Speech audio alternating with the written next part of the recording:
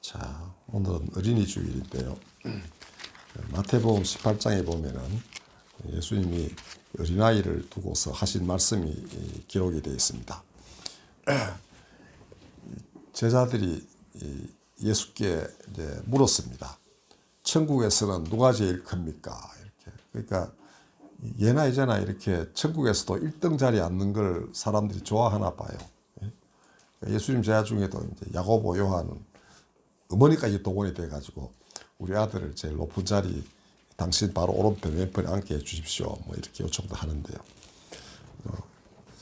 우리나라 교회도 장로교는 장자교회라고 그러죠. 우리가 1등이다. 뭐 제일 맞이다. 이런데 이 옛날에도 하늘나라에서 제일 윗자리에 앉는 상승의 사람이 누군가에 대해서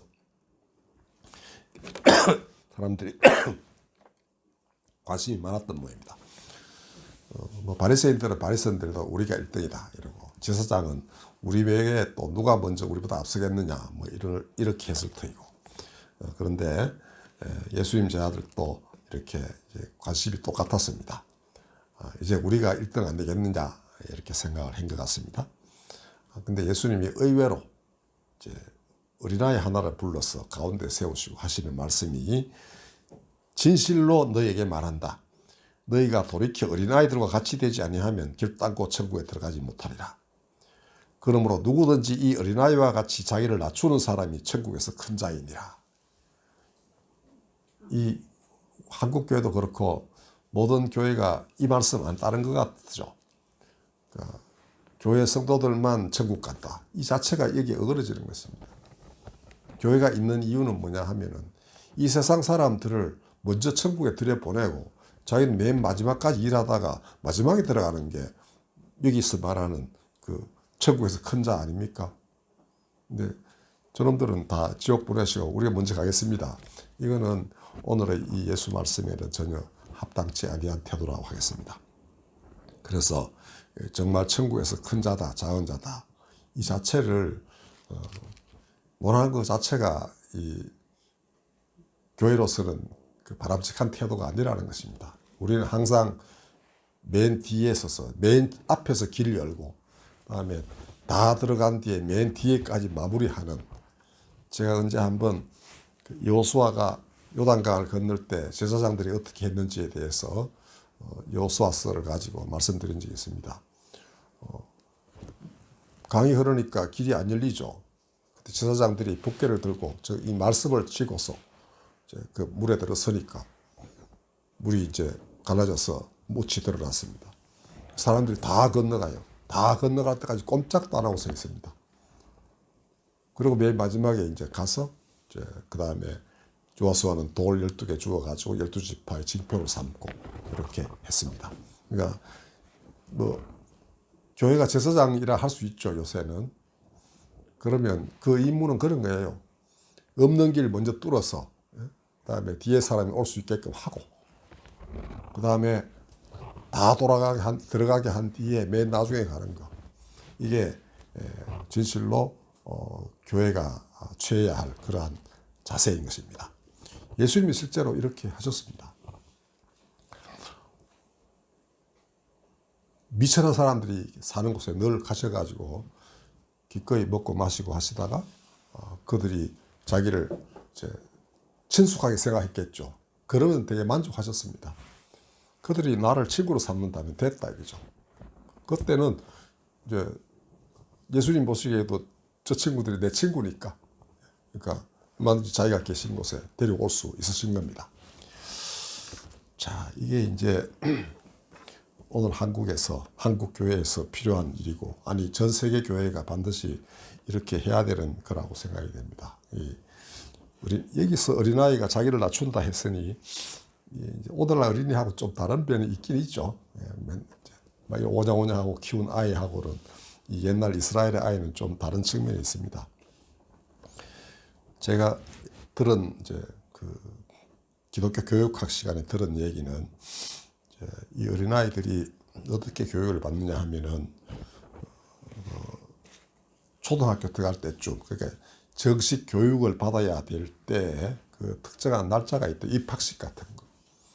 그러면 그날을 이제 부모들이 정말 제대로 된 정장을 딱 입힌답니다. 유대식 정장을. 그런 다음에 이제 그 회당에 가면은 주 너희 하나님을 마음을 다하고 뜻을 다하고 힘을 다하여 주 하나님을 사랑하라라는 규절이 이렇게 음각으로 되어 있는 판이 있고 거기에 꿀을 이렇게 발라놨답니다. 애가 그거를 이제 먹고서 이제 의식을 시작을 한대요. 그거는 그 말씀이 이제 지극히 꿀과 같이 단 말씀이다. 그거를 평생 지켜라.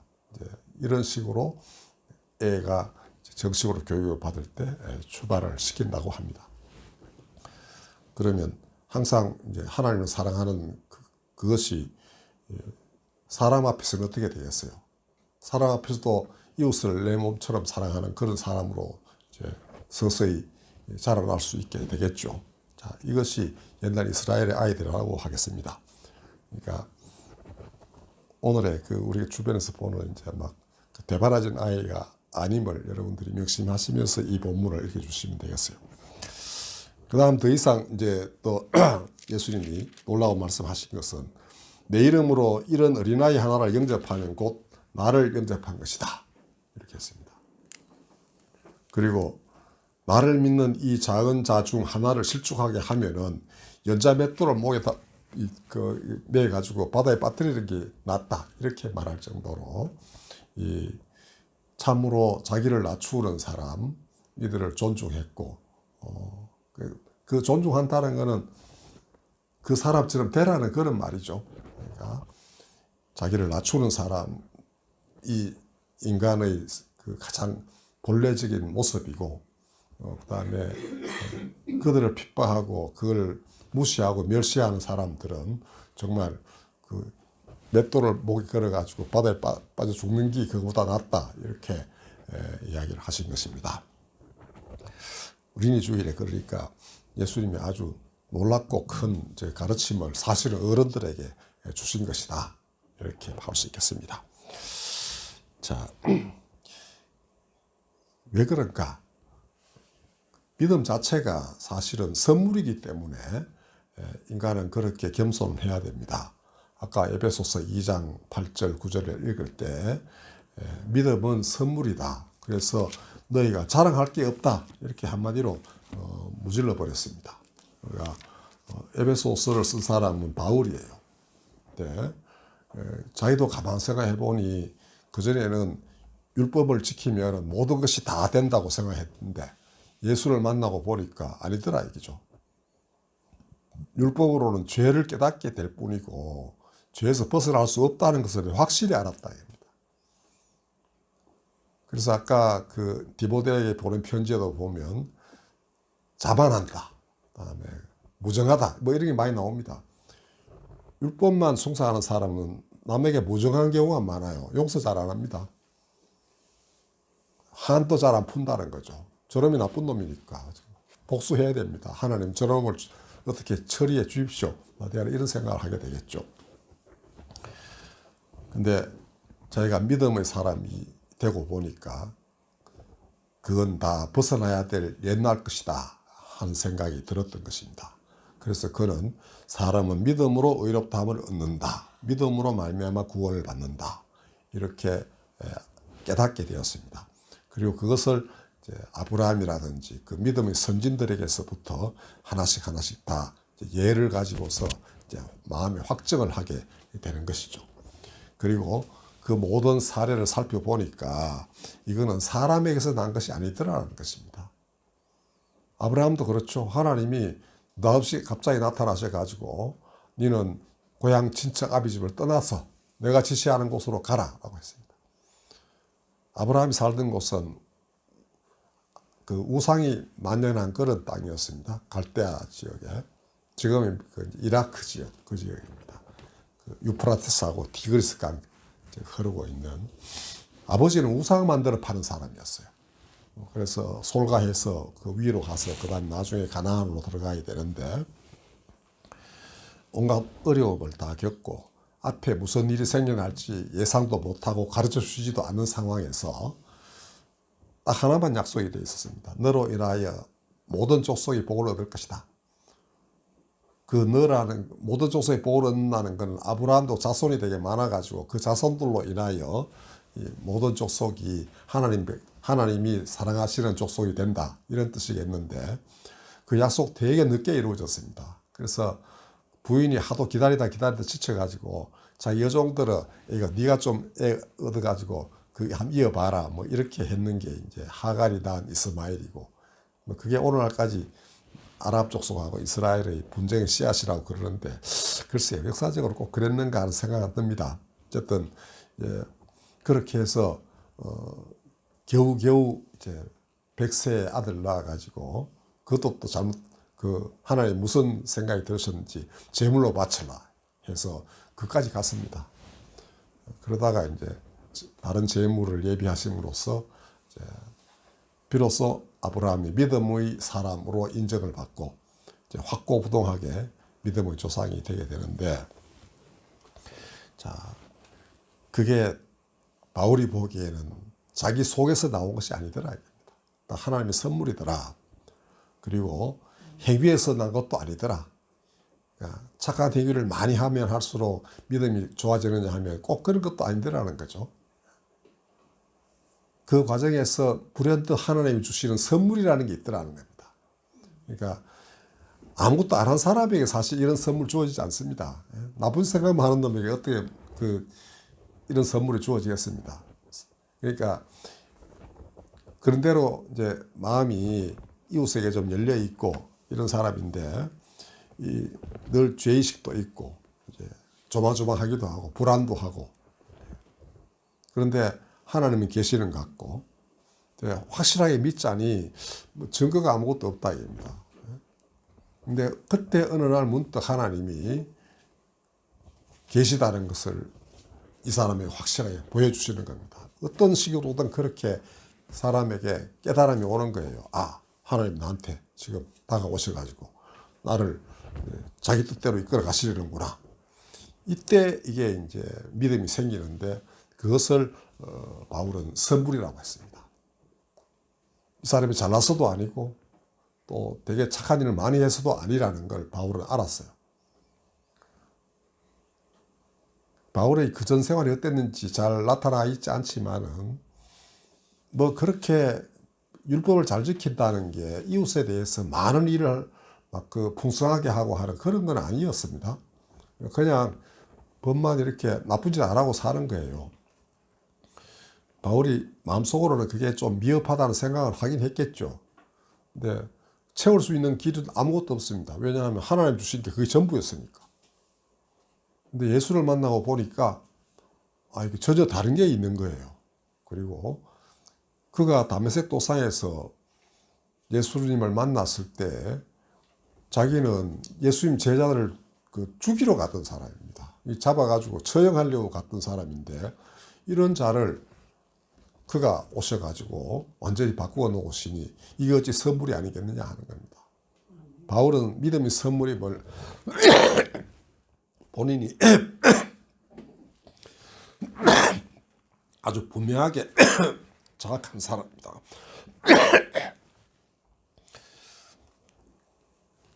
그리고 이 삶에 찌들어 살다가 문득 생각지 아니한 선물을 받게 되면은 사람이 많이 바뀌겠죠. 그래서 믿음이 하나님의 선물이라는 것은 굉장히 많은 사람에게서 일어나는 그러한 현상입니다. 그 성경에 보면은 예수님 명을 받고 먼저 동네에 가서 이제 말씀을 전하는 70명의 제자들 얘기가 나옵니다. 돌아와서 보고를 하기를, 우리가 갔더니 귀신들도 항복하더이다 이렇게 합니다. 그러니까 주 예수의 이름으로 병이 나아라 하니까 병도 낫고, 귀신아 나가라 했더니 나가더라 이겁니다. 예수님만 이렇게 하신 게 아니고 예수님 명을 받고 간 제자들도 이렇게 했어요. 돌아와서 보니까 자기들도 예수님처럼 이렇게 뭘 했잖아요. 기뻐가지고 막 이제 보고를 했더니 예수님이 말씀하시기를, 사탄이 하늘로부터 번개같이 떨어지는 것을 내가 보았다 이렇게 했습니다. 이게 뭐겠느냐 하면은, 제자들도 그 다음에 이들로 인해서 귀신으로부터 자유롭게 된 사람들이 놀라운 선물을 받은 것이죠. 그들은 전 예상치 아니한 능력을 행사하게 됐고, 그 다음에 상대방은 그 예수님은 그런 거 하시는 분인 줄 알았는데, 그 제자라고 왔는데 뭐 허름하게 생긴 사람들이 또 했더니 되네. 이런 사람들을 통하여도 나에게까지 은혜가 미치는구나. 이렇게 된 겁니다. 그러면 이제 이들 속에는 사탄이 나쁜 생각이 자리 잡을 수가 없습니다. 하나님의 선물이라는 게 어떤 거냐 하면은 속에 다른 생각 가득 차 있다가 그게 싹 사라지고 그 선물이 그 사람 마음을 꽉 채우는 것입니다. 그런 믿음의 사람으로 변화되는 거, 이거를 이제 선물이라고 그랬는데 순식간에 이렇게 찾아오는 거예요.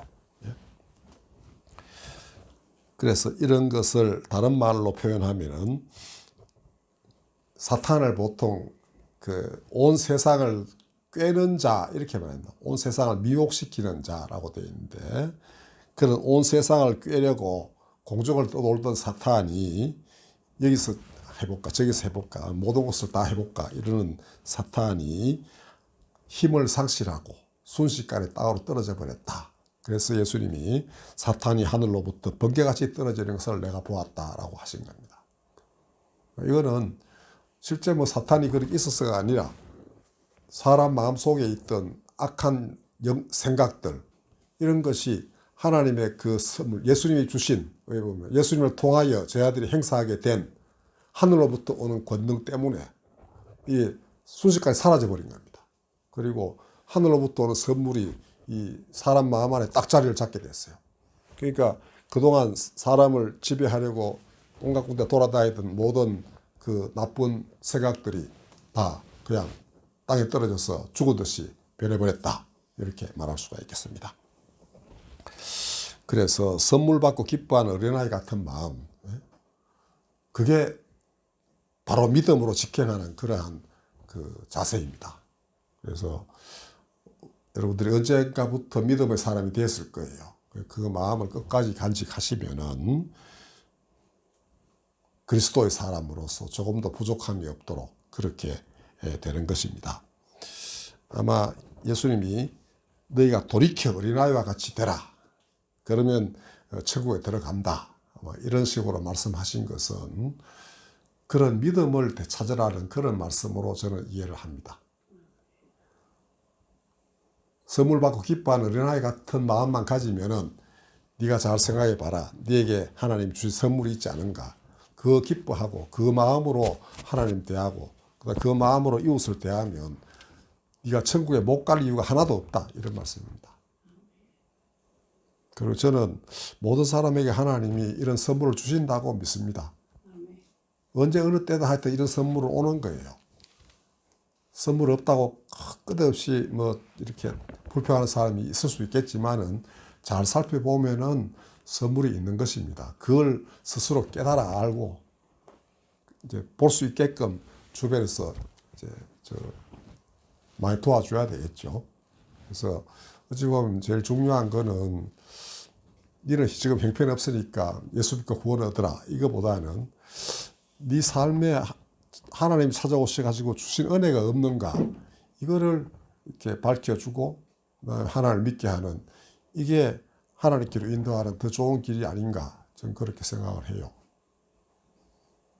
자디네나 난지도 같은 데서도 뭐 정말 하나님이 전혀 손길을 주지 않았다라고 생각되는 그런 여건에 있는 사람들도 꽤 있었지만은 가만히 살펴보면 또 하나님이 주신 은혜가 또 있는 것 같더라고요.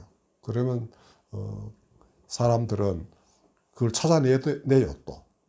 그리고 그렇게 해서 일어서서 정말 믿음의 사람으로 살아가게 되는 것 같습니다. 여러분들 부디 믿음은 하나님의 선물이라는 이 어린아이 같은 마음으로, 사실은 그게 가장 강한 마음입니다. 이렇게 자기를 낮추는 자가 가장 큰 자라고 그러셨잖아요. 어린아이 같은 마음으로 믿음을 선물로 간직하는 사람은 굉장히 강한 사람이에요. 아주 큰 자입니다. 이거 건드릴 수가 없어요. 네 안에서 난 거다 하면 자기 속에 불안이 생기면 이 믿음이 흔들릴 수 있죠. 근데 이건 하나님 주신 건데 누가 어떻게 뺏어갈 수 있느냐, 이런 마음 가지면 그 사람 튼튼한 사람이죠. 강한 사람이고요. 큰 사람입니다. 그런 자리에 서시기를 바랍니다. 기도하겠습니다. 어린아이같이 믿음을 선물로 받고 기뻐하는 사람, 그런 사람 되게 하여 주시고, 또 이 땅의 모든 사람들에게 하나님 믿음을 선물로 주셔서 이 세상이 정말 하나님 보시기에 지극히 좋은 그런 세상 되게 하여 주시옵소서. 어리석은 인간들이 자기 욕심의 노예가 되어서 그 선물을 바라보지 못하나, 하나님 당신은 선인이나 악인이나 가리지 않고 햇빛과 비를 내리시는 분이심을 모든 사람들이 깨달아 알게 하여 주시옵소서. 어찌 악인에게는 빛을 안 주고 물도 주지 않고 비도 안 내리시는 그런 분이십니까? 그렇지 않습니다. 하나님, 사람들이 그러한 당신의 진정한 사랑을 깨달아 알게 하여 주시고, 비로소 믿음이 선물임을 깨닫고 거룩한 아름다운 사람들 되게 하여 주시옵소서. 예수님의 이름으로 기도하였습니다. 아멘.